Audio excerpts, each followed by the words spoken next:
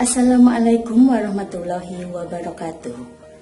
Semangat pagi anak-anak. Bagaimana kabar kalian pagi ini? Ibu berharap kabar kalian sehat, senantiasa bersemangat dalam belajar, dalam beraktivitas, dan menjaga pola istirahat. Dan jangan lupa untuk senantiasa berolahraga agar daya tahan tubuh kita menjadi fit, sehingga sistem imun akan berjalan secara alami dalam tubuh kita, sehingga kita akan bersiap untuk melawan COVID-19. Nah, pada kesempatan hari ini, agenda pembelajaran kita adalah membahas tentang materi sistem saraf tepi. Pada pertemuan-pertemuan yang kemarin, kita sudah mempelajari tentang struktur sel neuron, kemudian mekanisme penghantaran impuls, kemudian sistem saraf dibedakan jadi dua, sistem saraf pusat dan sistem saraf tepi. Sistem saraf pusat sudah kita bahas kemarin, yang terdiri dari cerebrum dan medula spinalis. Saatnya sekarang kita membahas tentang sistem saraf tepi. Sebagaimana kita tahu, sistem saraf tepi juga dibedakan menjadi dua, yaitu sistem kranial dan sistem spinal. Nah, apa dan bagaimana sistem kerja sistem saraf tepi kita akan bahas pada pertemuan ini. Selamat memahami materi yang telah Ibu berikan sebagai stimulus kalian belajar. Ingat bahwa Ibu senantiasa berharap kalian akan explore materi ini dengan sumber pustaka yang lain. Manfaatkan internet yang ada tidak hanya sebagai ajang untuk bermedsos, tetapi manfaatkan internet yang ada sebagai media pembelajaran di saat kalian harus belajar mandiri secara online pada keadaan seperti ini. Oke, selamat belajar.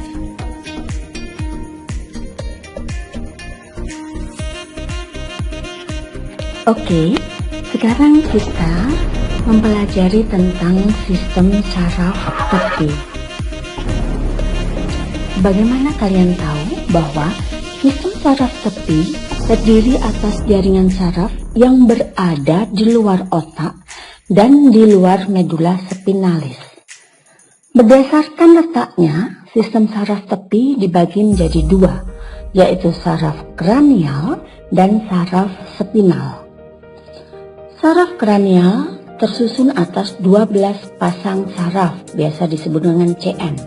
Sebagian besar tersusun serabut sensor dan motor, namun ada yang hanya tersusun serabut sensor saja. Sedangkan saraf spinal terdiri atas 31 pasang setiap segmen medula spinalisnya. Setiap saraf spinal ini terdiri atas radix dorsal dan ventral. Radix dorsal tersusun atas serabut sensor yang masuk ke dalam korda, sedangkan ventral tersusun atas serabut motor yang keluar dari korda. Nah, berikut adalah klasifikasi saraf kranial.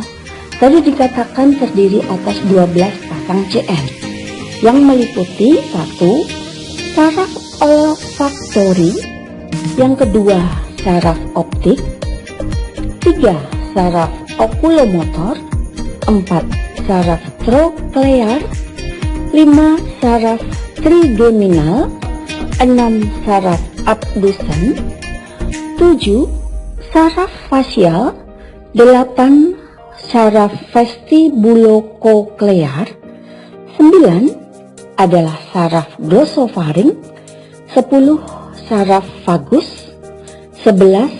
saraf aksesori spinal, dan yang ke-12 adalah saraf hipoglosal. Di sini Ibu tidak akan menjelaskan tentang fungsi masing-masing syaraf. Ibu harap kalian akan explore ke Google, ke pustaka yang lain, begitu ya. Nah, sekarang kita bicara tentang klasifikasi saraf spinal. Terdiri dari 31 pasang saraf, di mana pembagian saraf ini berdasarkan pada ruas tulang belakangnya. Maka yang pertama di situ diberi kode C1 sampai dengan C8, artinya itu adalah saraf serviks.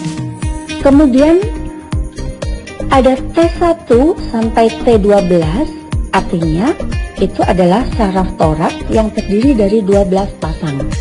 Selanjutnya ada L1 sampai L5 adalah saraf lumbar yang terdiri dari 5 pasang.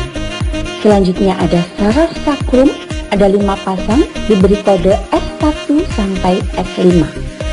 Dan saraf coccyx terdiri dari 1 pasang saja. Nah, di situ terlihat ya.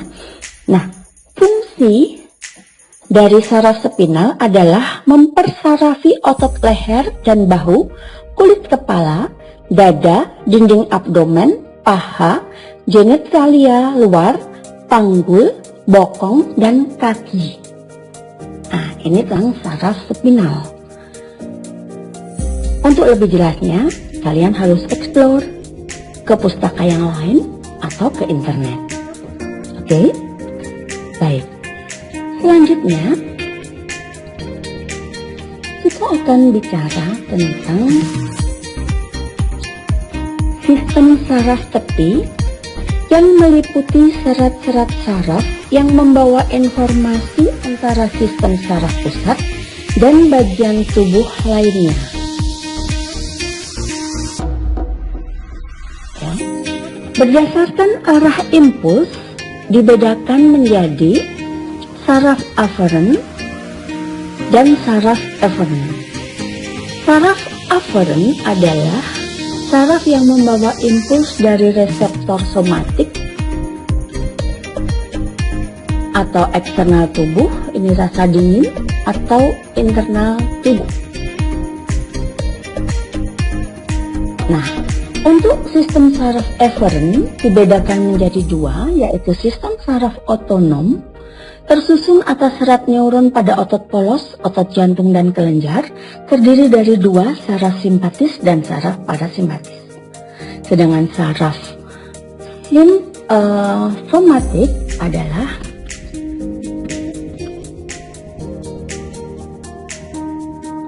saraf yang tersusun atas serat neuron motor pada otot rangka. Nah, sekarang kita lihat ciri saraf simpatik dan parasimpatik. Saraf simpatik sebagaimana terlihat, silahkan dibaca sendiri. Sedangkan saraf parasimpatik, ciri-cirinya silahkan dibaca sendiri juga. Selebihnya kalian harus explore. Nah, di sini adalah perbedaan saraf simpatik dan parasimpatik. Pada gambar terlihat jelas, kedua saraf ini bekerja berlawanan. Misalnya pada pupil. Kalau parasimpatik dia menyempit, sedangkan simpatiknya pupil akan melebar. Begitu seterusnya. Kedua saraf simpatik ini akan bekerja berlawanan. Nah, demikian anak-anak, kita bicara tentang sistem saraf tepi.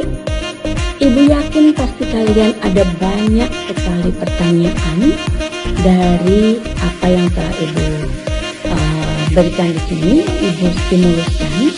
Nah, untuk pekerjaan rumah, silahkan kalian melengkapi tabel berikut ini.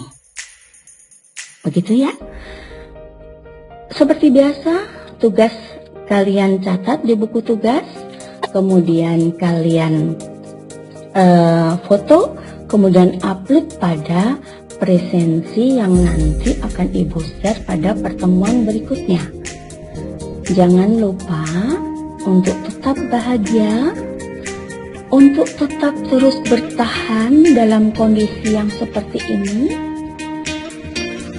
stay, stay healthy, and be happy. Baik, sampai jumpa pada pertemuan selanjutnya. Assalamualaikum warahmatullahi wabarakatuh.